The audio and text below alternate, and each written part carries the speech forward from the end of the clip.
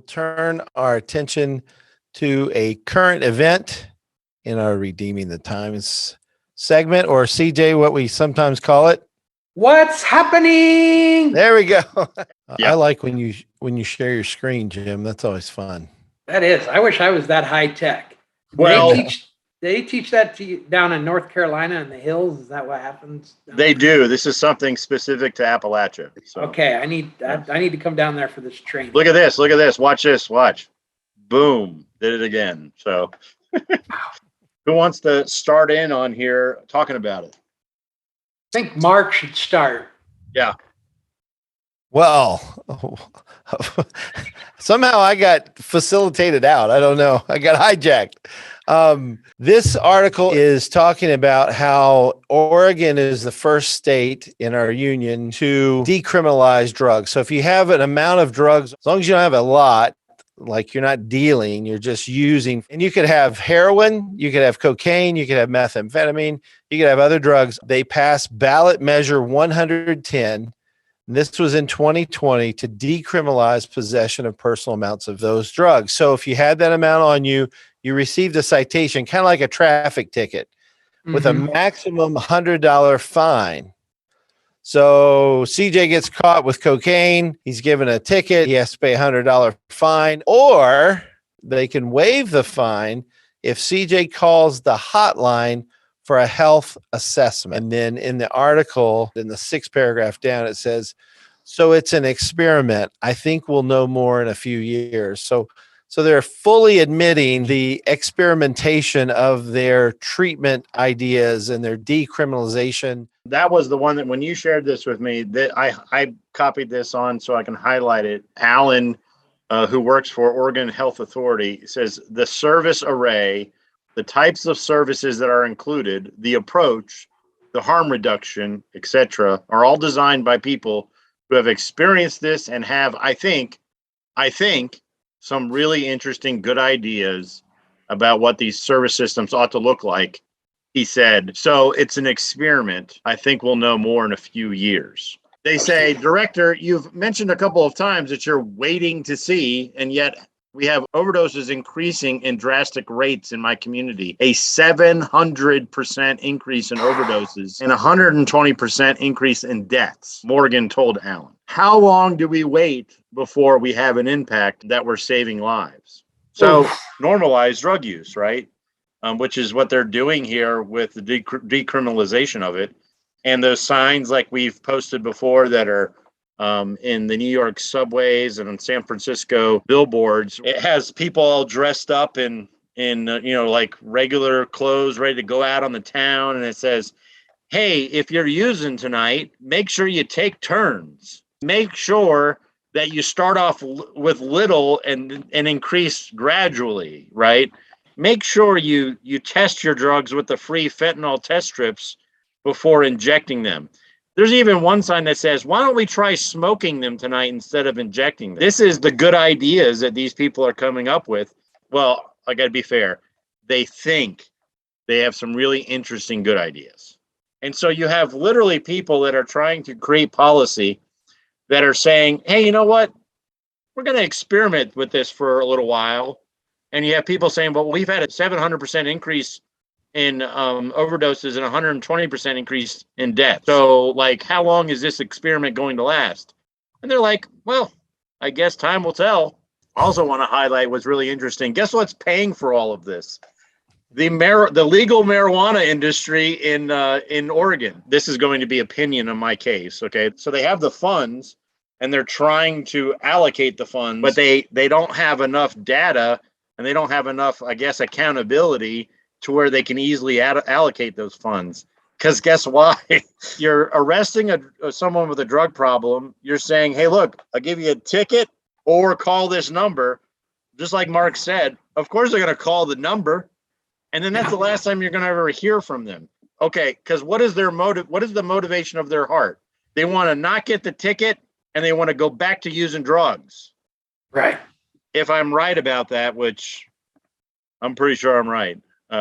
This is the problem, again, with the fundamental philosophy of this type of stuff, is that they believe people are inherently good And if given the right influences around them, they will self-correct. And this is going to continue to get disproven and disproven and disproven until, the overdose rates have tripled and quadrupled. They're probably going to give safe doses out on street corners, right? That'll probably what comes next. They're going to probably have Okay, I'm getting crazy now. You're giving them ideas, Jim. Don't give them any more ideas. They already have enough bad ideas. People would probably thought a few years ago that it would be crazy that the federal government would take U.S. tax dollar money and pay a glass company to make crack pipes and meth pipes. But that's exactly what they did this year. So, you can go look at that online. They tried to debunk it. They've tried to Mark's written about it. He's highlighted it. I don't think we're very far from them actually divvying up their own bags and dosing them out to people, saying this is safe dosing. Yeah. I better stop. Safe dosing. CJ, what you got? I wonder how many people have moved out to Oregon since this happened. Really, out of Oregon or out to Oregon? Out. Well, you get a little bit of both. Yeah. No, anecdotally, I know a lot of people that have children that have moved out there because they wanted to go work in the marijuana industry and be able to use drugs freely. Right. That's what I'm saying. So, Mark, to your point, I think there probably are some people that are like, I'm out. I don't want to be here anymore. I remember when everybody was moving out to Colorado. Yeah. A whole bunch of people because they wanted to smoke pot, legally. In San Francisco, California, when they've started handing out clean needles to people, it wrecks communities. It just brings more and more. It fuels the depravity. People are good. They're going to self-correct. They want good. They're going to do good things. People are good.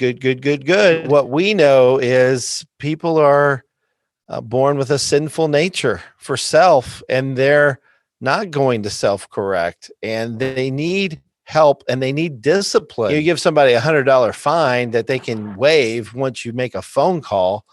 I would have took that. Yeah. And you make the phone call and you make up something and I want some help. And oh, wait, my mom's call. I got to go. And then you're off and is this waived? Is this $100 thing waived? Okay, great. My fee's waived. Thank you. All right. I'll call you back later when I need you. But I really appreciate these leaders saying when the voters of Oregon passed Measure 110, I'm reading the article, we did so because it was a change of policy in Oregon to improve the lives of people and our communities. And in the years since, we haven't seen that play out. In other words, it's not working. Right. And then they said the problem with drug addiction is getting worse.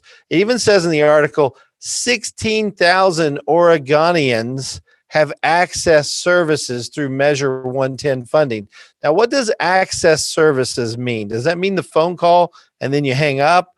Or does that mean they're really getting help? 16,000 people. Sounds like they've gotten help.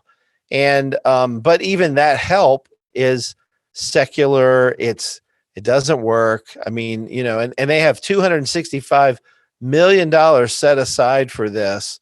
They've already spent $40 million in funds that have been dispersed.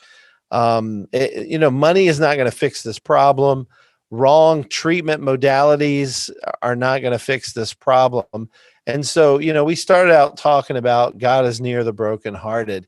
And I love that. And I think that consequences make you more brokenhearted. You're starting to wake up to what you're doing. Not always and not in all cases, but certainly when you remove a consequence from somebody, if you're lessening that, then people are not going to be burdened and brokenhearted and just in a natural sense. Of course, we know God's meaning that too in the sense of salvation, the brokenhearted who really see their sin and their need for a savior.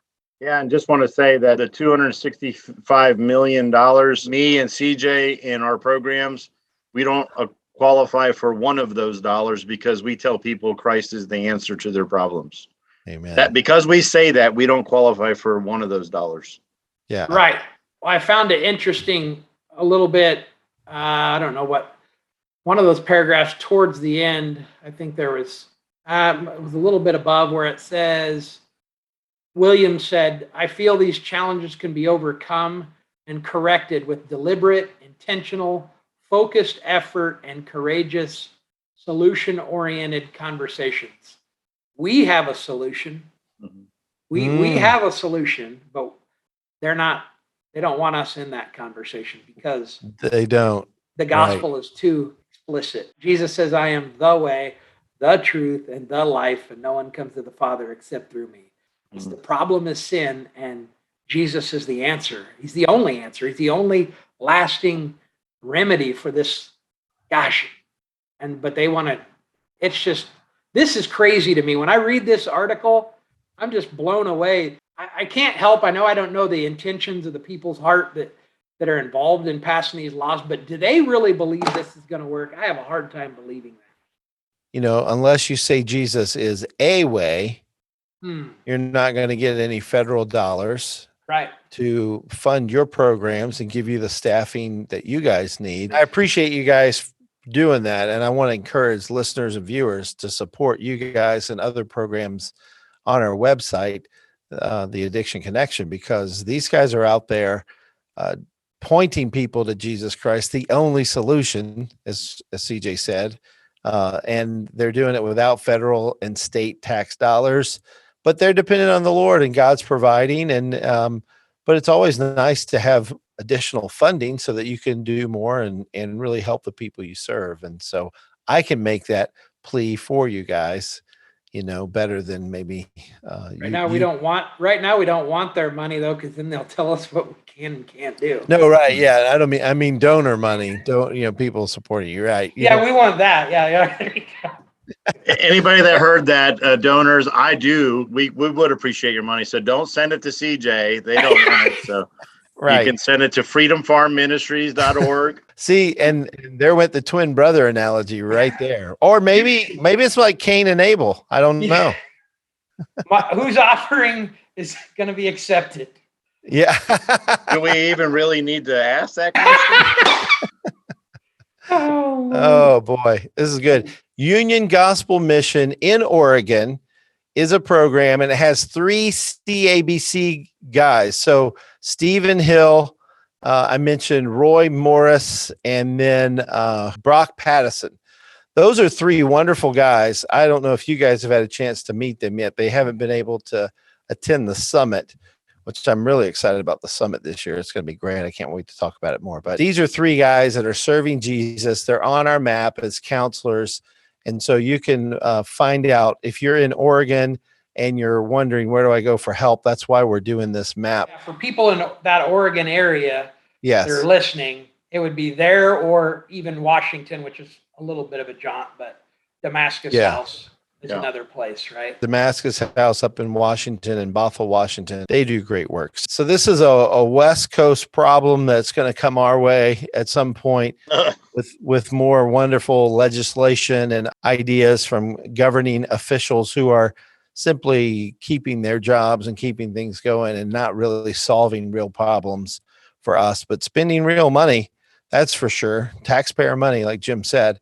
And we don't want to rant on that, but the point of this is we want to see people come to know Jesus Christ, because we do believe God is near to the brokenhearted. And so I appreciate what you guys, both of you guys do. It's fun to help people, but they also need some discipline and consequences in those things. And that's what a residential program does. It's what you guys do, is you build in the programming for people so that they can get the help they need. And great to be a disciple of Christ, because he's disciplining us, helping us to follow him in the way that he wants to be worshiped. And then he uses us in ministry to help other people.